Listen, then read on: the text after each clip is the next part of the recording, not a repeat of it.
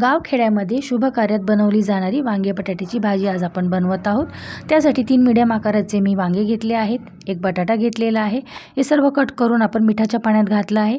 त्यानंतर आपण 2 मीडियम आकाराचे टोमॅटो घेतलेले आहेत आणि भाजीच्या फोडणीसाठी आपण कढईमध्ये तेल घातलेलं आहे, जिरे मोहरी फोडणीसाठी घातलेलं आहे। त्यानंतर आपण कांदा फोडणीला घातलेला आहे, 1 चमचा अद्रक लसूणची पेस्ट घातलेली आहे।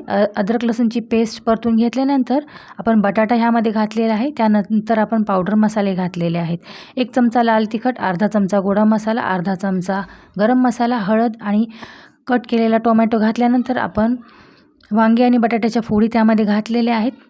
परतून घेऊन आपण 5 मिनिटं झाकून ठेवायचं आहे। चवीनुसार मीठ देखील घातलेलं आहे। टोमॅटो थोडे गाळ झाल्यानंतर आपण पाणी घालून ही भाजी शिजवून घ्यायची आहे आणि इथे आपली भाजी शिजून तयार झाली आहे। तर अशा प्रकारे रस्सा भाजी आपली इथे तयार आहे। तर लगेचच आपण ती सर्व करत आहोत। थोडीशी वरून कोथिंबीर घालून आपली इथे भाजी तयार झालेली आहे।